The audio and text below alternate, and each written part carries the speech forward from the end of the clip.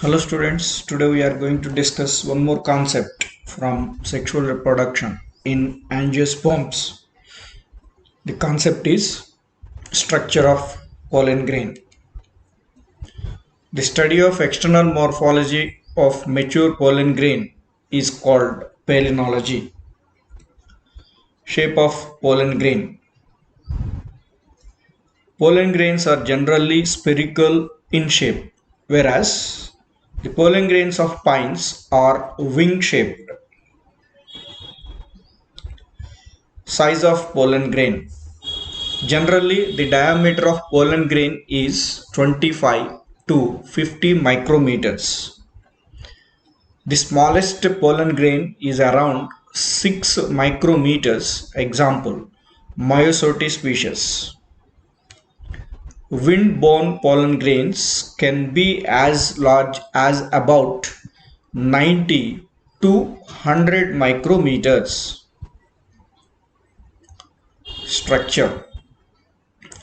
Pollen grain protoplast is uninucleate in the beginning, and at the time of liberation from anther, it becomes 2 to 3 celled. Let's see the diagram. So the young pollen grain, it consists only one nucleus, uninucleated. This nucleus undergoes mitosis division to form two nuclei, and they are developed into two cells. So that is one cell. This entire large portion, it is considered as a tube cell or maybe vegetative cell, and its nucleus is this red color. This one is the tube nucleus or vegetative nucleus, and this one is the generative cell and its nucleus. So at the time of liberation, the pollen grain consists two cells. One is vegetative cell or tube cell, generative cell.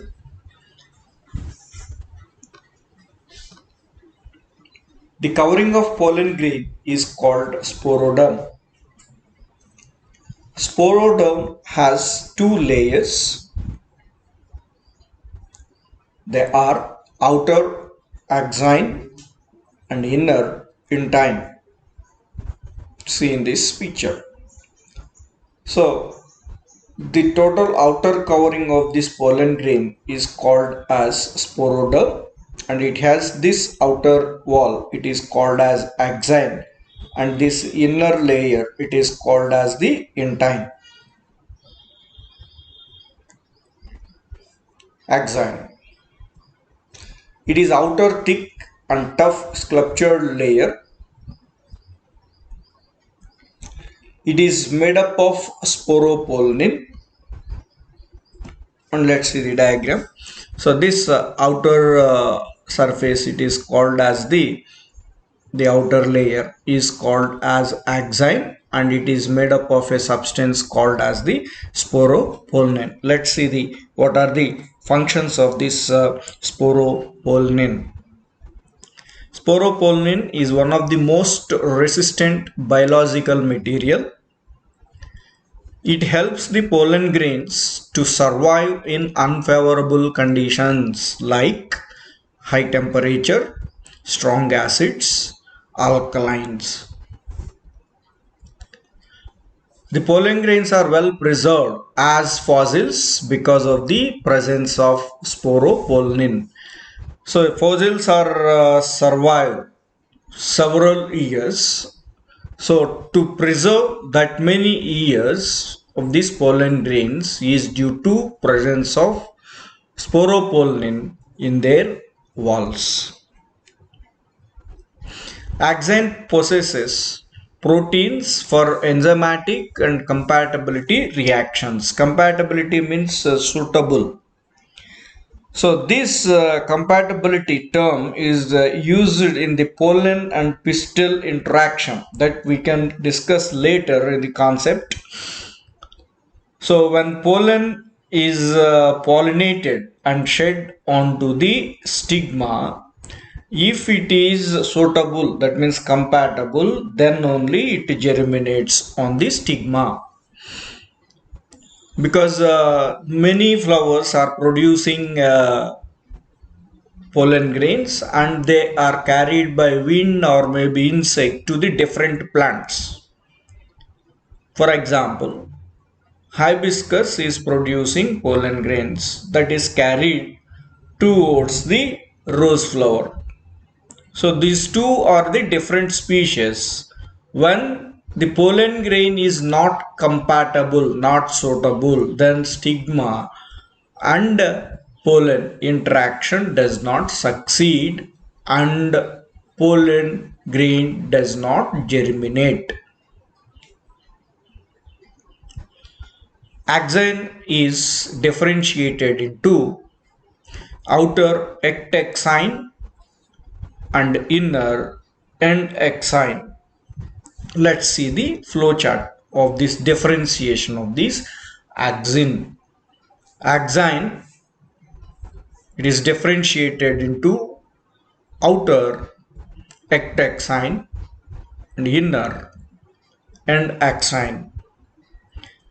The outer ectexine again differentiates into outer tectum, middle baculate layer, inner foot layer.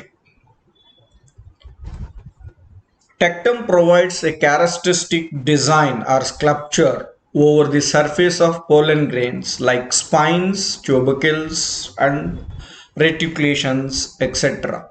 So let's see the pictures of the various surfaces of the pollen grains.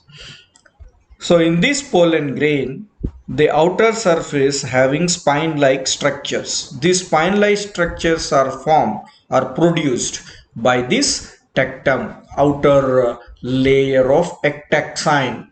It is the outer wall of the axine.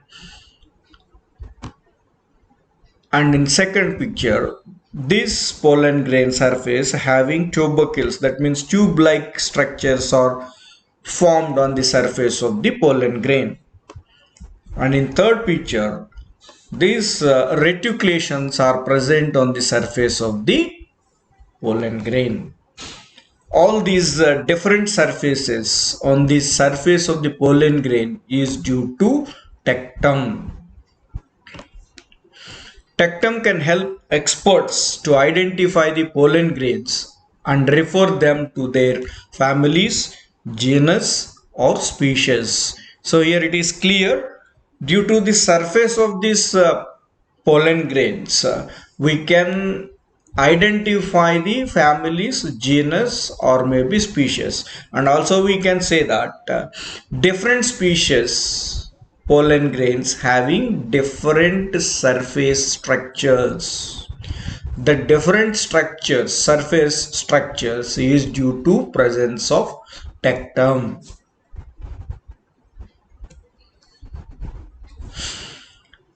At certain places, the axine is thin or absent.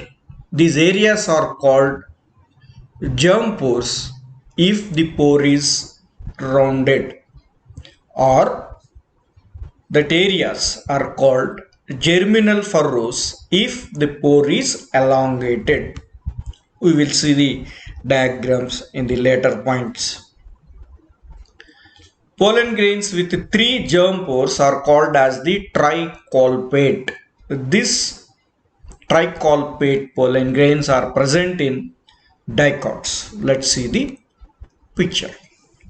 So this is the pollen grain of tricolpate in dicots. It has 3 pores, 1, 2 and 3 pores, and they are rounded pores. That's why 3 germ pores are present in this pollen grain. Pollen grains with 1 germ pore or maybe germinal furrow are called as the monocolpate. So this monocolpate condition we can found in monocots. Look at this picture. So it is the monocolpate pollen grain. Here we can see that in first statement we said the pores are elongated, then it is called as germinal furrows. So this is the germinal furrow.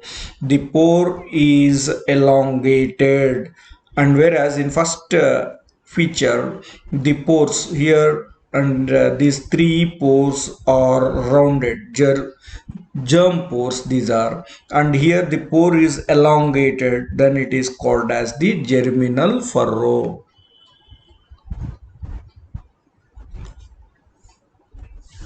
Intine. It is a thin and smooth layer inner to the axine. Look at this. So this is the axine outer surface. Once recollect the previous points also. Just before this we discussed the axine leaves, it forms a thin or maybe absent at some areas. That areas are called as the germ pore or maybe germinal furrow based on the structure. If it is a rounded pore, it is germ pore. If it is elongated pore, germinal furrow. Now here this axine is at this region. Follow the cursor at this region. This axine is absent. This region is called as the germ pore. So now in this pollen grain, total three areas are present. Three germ pores are present. That's why it is a tricolpate. So now here the point is intine. It is a thin present inside to the axine. That means below the axine. This is the axine. Below that, this layer is called as intine, and it is continuous, not like axine. Axine is absent in some areas, but intine is a continuous layer. There is no any thin or maybe absence areas of this intine. So intine is continuous layer and its composition is cellulose and pectin, whereas axine is made up of sporopollenin. Intine gives rise to pollen tube at the time of pollen germination. So during germination on stigma, this intine region at germ pore region, the intines develop as a pollen tube. When the pollen grain is mature, it contains two cells. Already we are given in the previous slides. Pollen grain at the beginning, it has only one cell or maybe nucleus, and during liberation it become three celled, two to three celled. So here when the pollen grain is mature, it contains two cells.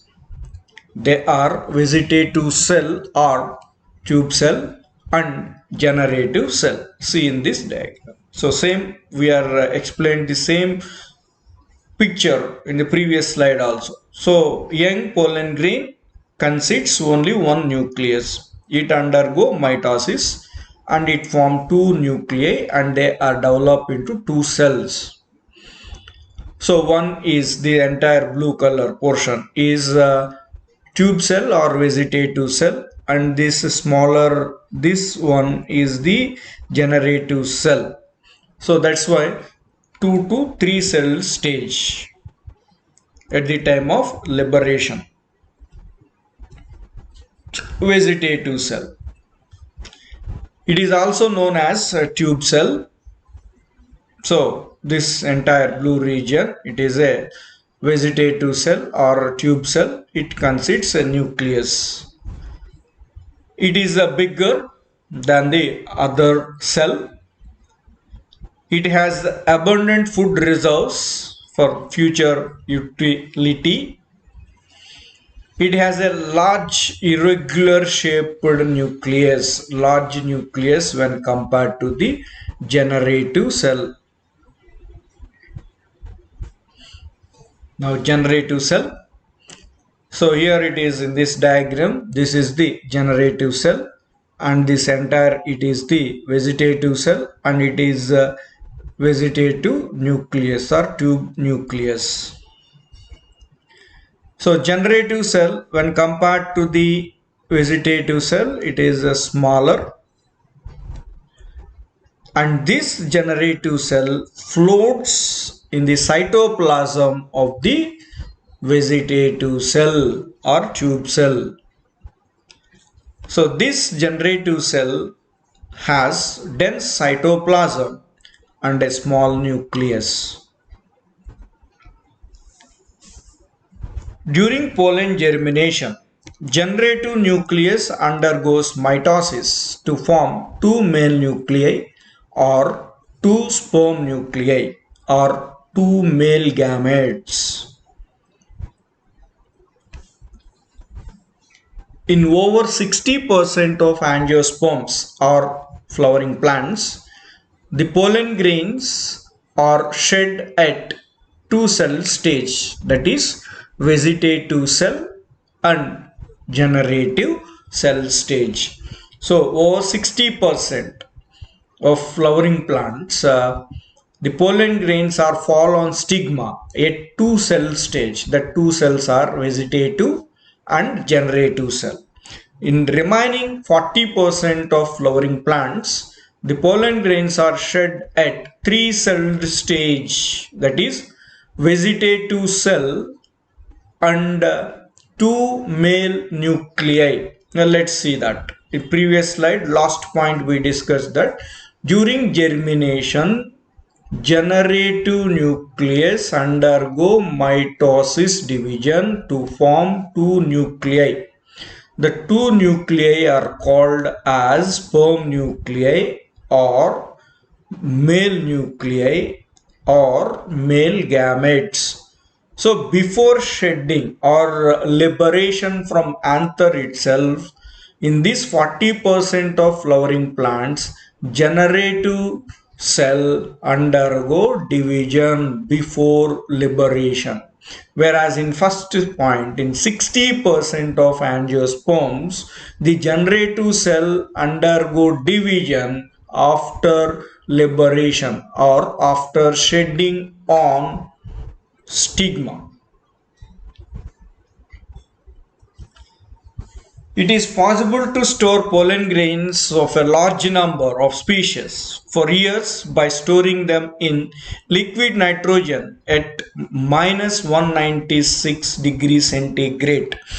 This process is called as cryopreservation. These pollen grains, that means the pollen grains stored through cryopreservation, are used in crop breeding programs. Pollen viability. What does it mean? The period for which pollen grains retain the ability to germinate is called pollen viability. So the period, how much time the pollen grains are able to germinate.